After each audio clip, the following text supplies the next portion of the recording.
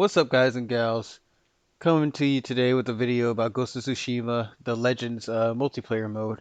And, as interesting as it is that I'm playing the multiplayer mode, but I'm actually about to show you guys gameplay of me doing a co-op mission solo. Choose and I'll tell Just it. the irony. Anywho, I just wanted to give you guys my quick Unlock first impressions of what I think pyramids. of the game so far. Maybe some slight changes that could be made in the future and future updates, some quality of life changes that could be made.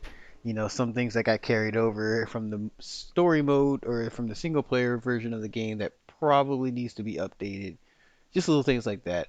But let me first start off by saying that this Severed game is absolutely hearts. amazing. I love the single player portion of it, and I am very much enjoying the multiplayer portion of it just as much. Um, Thank you to Sucker Punch for actually, launching this update and not even making it paid DLC, making the things that you can unlock within the Legends update also not, unlocked only through microtransactions, but unlocked by actual gameplay, which is something else I'll have to get into a little bit later. Um, but yeah, this game is absolutely fantastic, and I'm really enjoying it. But as always, not every game is perfect, and while this game is close, there are still some things that I feel so could be made just a tad bit better, if only just for my personal preference. So let me start off by saying that this video is about to be like super improv. I'm just going to kind of just be riffing here while I'm playing. So, um, excuse any like weird pauses or anything else like that. I'm just trying to get all my thoughts in order before I want to actually sound intelligent as my thoughts come out, because sometimes I can just produce a lot of word vomit like what's happening right now. Moving on though, I let me start off by saying like the good things that I really enjoy about the Legends mode in the multiplayer aspect of the game. I love the fact that one that we now have a co-op mode. I feel as though Ghost has a great gameplay loop that really opened itself up for co-op style gameplay, and they really took that and went the full mile with it with this mode. They definitely went a good bit above and beyond, adding in Ghosts gear predict and themselves other as equipment, the different only steps to classes, play choke the styles, so on and ground. so forth, to just really make this game like unique for the people who play it versus the story mode. I also really enjoy how even with the different classes, the some of the basic playstyle remains the same. Like there's so much in common between the different classes that you can still, low key just go run and gun even with the assassin class. It's probably not the most efficient way of playing, but it is still something you can do. It's not like the assassin can no longer just deal in any hand-to-hand combat at all in the game, something like that. So basically, at the end of the day, it's just more Ghost of Tsushima. If you like the single player game, then you'll love the Legends mode, pretty much. I don't see why you wouldn't, really. Uh, but that doesn't mean that, the Legends mode is perfect. The story mode had a couple of really minor flaws, and so does the Legends mode too. Some of them are inherited straight from the story mode. So I like go through those real quick and put them up on the screen as I'm saying them, so you can keep track. But I don't want to be too terribly critical, but these are just the most minor of nitpicks so far in the game. So the one thing at my top of my wish list would be like for some sort of ghost stance substitute in the game. Like so in the single player you get the ghost stance pretty late in the game, but basically it works as like if you can get like 3 flawless kills, then as in like you're in a fight or you're doing assassinations and you get 3 kills in a row, I think it's or 3 or 5, something like that, then you can have a chance of going into ghost stance. I wish this game had something similar to that. And I know we have like the ultimates that use all 3 of the resolve meter. That's fine.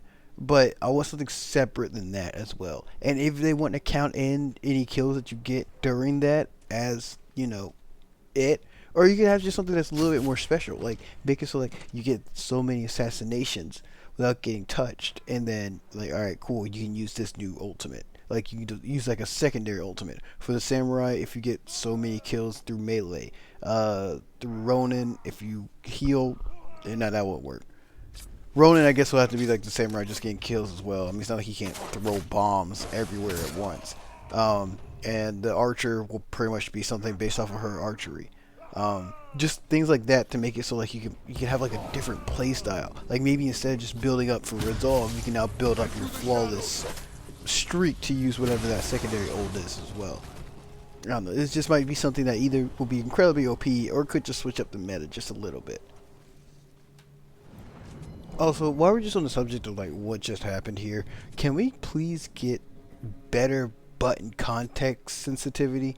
There have been so many times where like I will be creeping up on a dude in this game and pressing square to assassinate, and my dude will slash, which will completely give me away, mess me up. I can't assassinate him after that or anything of the sort. Like I had to be so specific as far as like how I want to like walk up to a guy just so I can specifically assassinate him.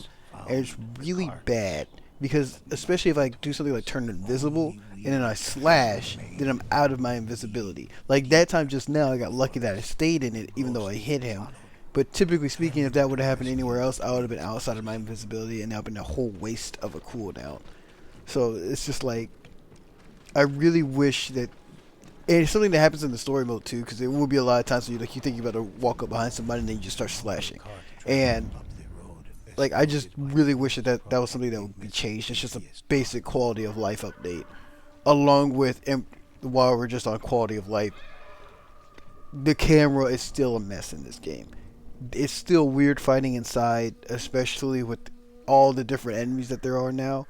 It can get to be a lot, and I need for like I just need them to change that, because there'll be plenty of times where you're just getting manhandled and you can't even see the camera anymore. So now you're just trying to dash around, just slashing at air, fighting your demons, trying to figure out what's going on, and it's a mess.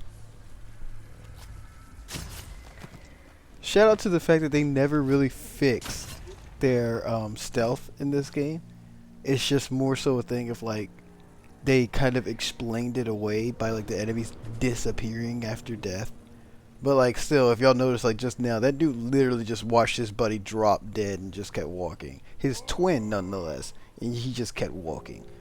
I don't know, it's just, I just always thought that was funny. Anyways, next thing on my list would be let's see, survivals need to be tuned reward wise. And I've definitely seen a couple of other people make much better points than I do in this regard.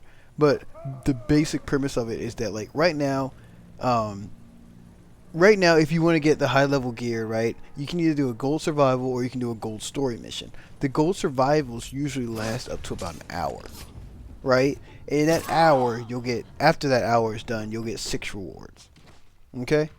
Then you have an hour, you get 6 rewards. Meanwhile, if you just do a story mission, like what I'm doing right now, except, you know, obviously with a friend because you have friends to play with, or even a random because you're not a narcissist or a masochist like I am, then you get to play through the story mode on gold. It's relatively easy, and you get 5 rewards for 15 to 20 minutes of gameplay. So it's at this point that we figure out that like, okay, why do I need to do survivals at all? And I mean, like, so I just think survivals need like a full-on revamp. All right, one, there doesn't need to be 25 waves. It doesn't need to go up by 5 waves per difficulty. Just keep it the same amount of waves as at 15. Just bronze is 15, keep it at 15. All right. Then moving on, like, mix it up just a little bit. You know, I like the beginning parts of it, especially like, you know, when you first start off, clear these places, capture the points, now start defending the points. That's cool. Makes sense. Story context wise, everything else, it's cool. What gets me though is the fact that like after you're done, after you've done that first part, it's pretty much the same waves over and over again. Like I want to see some like new modifiers. The modifiers only show up during the boss waves. And it should be a thing of like a rolling modifier. I'm thinking like Gears of War 3 Horde mode type deal, where you have like rolling modifiers that just keep the game just a little bit harder as the waves go by. Just that much harder. Like I want to do something like that. And I know like that might be like a little bit tough, especially if you throw in like the story mode enemy types into the game. Like, why can't like a disciple of EO make an appearance during the survival? Why can't a twin or something like that make an appearance during the survival? Then you have to actually talk to your teammates a little bit, because right now it's just every man for themselves, free for all, kill as many people as you can. There's not really much else behind it. So basically, it's just that survivals just need a little bit of a rework. They need to have the same reward versus time ratio as a regular story mission. If you're going to do any sort of grinding right now, it has to be story mode missions, because they're just ridiculously more efficient than doing a survival. Two, the survivals probably just need to be a little bit more interesting as far as what's happening in them. You get through one, and you've pretty much seen what's going to happen, at least on that map for the most part. And I want to see like more modifiers that come through. I want to see more enemy types. I just want to see like more challenges, like more puzzle challenges. And for puzzles, I'm talking about the elemental attunements that you see in the story mode. I feel as though that would be pretty interesting. As far as like, alright, so now there's 4 people on the map. There's 3 or 4 different attunements, I believe, in the game. At least in the story mode. And then that way, if someone's having trouble with a certain character, they need to stall until the person with the correct attunement can get there to save the day. And I feel as though that's the case, that like that shows like that's a whole nother skill level at that point. Stalling for time in this game is a bit of a skill in and of itself. But it's something that no one will even like think to try to do unless the game kind of forces their hand. My next big thing would be like catching your friends up in this game can be a bit of a hassle. Like me and my friend Jalen, we started this game off on launch day. Got through that whole first week, steamrolled through the content, and got to gold, I guess. Meanwhile, some of my other friends haven't picked up the game yet at that point. So now that they're playing, they're still on silver. We're playing on gold. And, it takes a few rounds of silver before you start getting stuff good enough to make you correctly leveled for gold. It's from that point that this game starts to like, alright, so that's a bit of a grind. And it's grinding in a skill point that you don't even need to be in anymore, because all of your gear now is going to be underleveled to where you are. So I was gonna say like it's a nitpick, but also at the same time, at that point I hadn't noticed that if you re-rolled stuff, that it would come back up to your key level. So I guess if you find something that you really like, then maybe you can like bring it with you. But even then, it's not even gonna be the same thing. All you can hope at that point, all that we're hoping for doing these silver missions, is that we find a legendary during it, and then we re-roll it to get up to our key level. But like if I find like a stone stance sword at silver, right, there's no way, because for me to re-roll it, there's no way for it to be the same sword, because for me to re-roll it, I have to re-roll all the attributes of it. So it's not going to be the same thing in my skill level, or my key level. Moving on to like the next thing, because like I said, that last one was just a bit of a nitpick. This one's more of a serious one.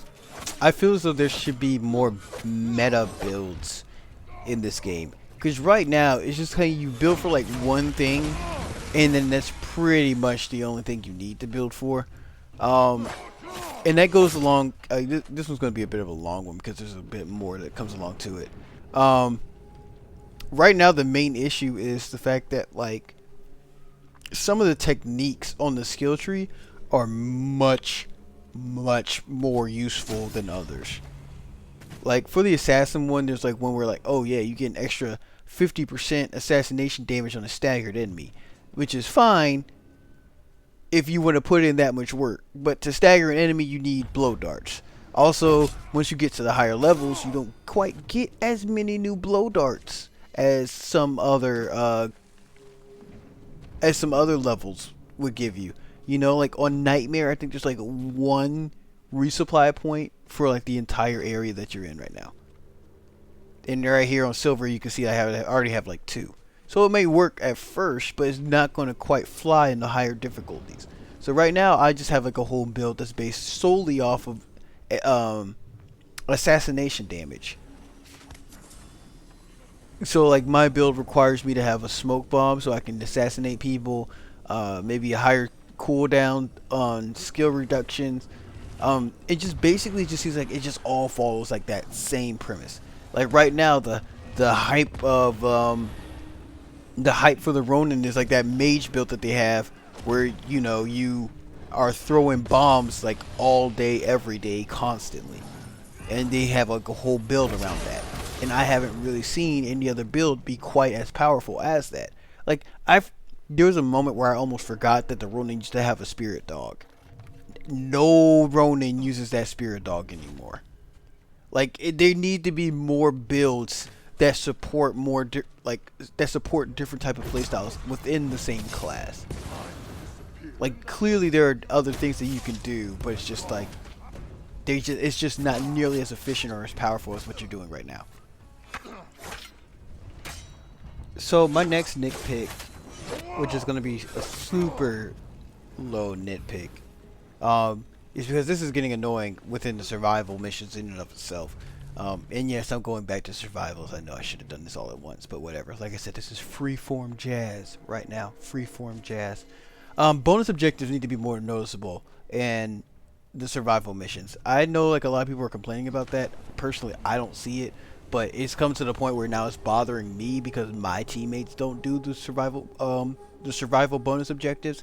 I don't know whether that's because they're lazy, but I want them to make sure that they know that it exists. Because right now, that's just how the game is played. Where it's just like they're like I explained, the time sink that goes into a gold survival is so useless to where like the only reason you're really doing it is for the cosmetic. And there's two cosmetics you can get from a gold survival. One is doing it without losing a single point, and another is doing the whole thing while doing all the bonus objectives. So it's come down to the point where like if I'm playing a gold survival, right, and we don't do the first bonus objective, I might as well leave. And I don't usually rage quit anything else like that, but there's no way I can sink in an hour's worth of my time if y'all aren't going to do the one thing that I need just to get the cosmetic I need right now. So like, make the bonus objectives a little bit more noticeable. Maybe that'll help my teammates actually get the memo that, we need to kill enemies outside of the defense areas, or we need to get headshots right now, or anything of the sort. Like anything around that. Just a couple more rapid fire nitpicks here at the last minute or so. I wish that there were more iframes. I don't think there are any iframes at all. I wish there were iframes for the finishing moves. In the story mode, typically speaking, the enemies will like give you that space after you kill them. They're all like shocked that you're killing him, and like, I don't want to attack this guy right now while he has his back turned, killing my friend. That kind of needs to come back.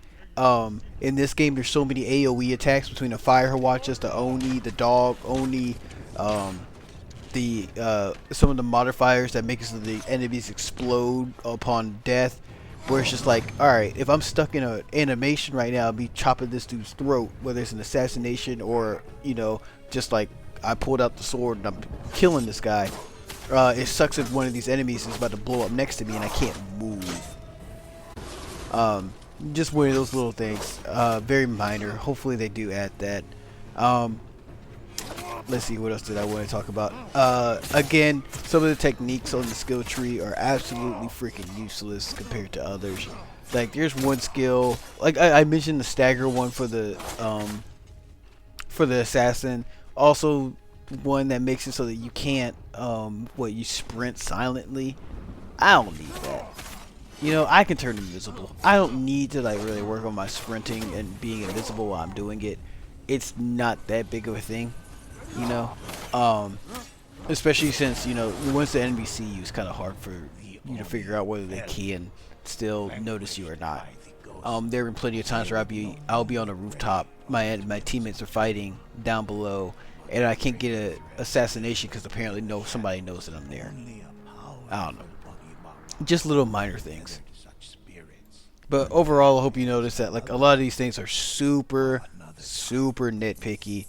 These are just like the things that I tried very hard to find things wrong with this game as it is right now. So that is again, all the praises to it. I'm just a super critical person, and this is all just one man's opinion. But thanks for watching.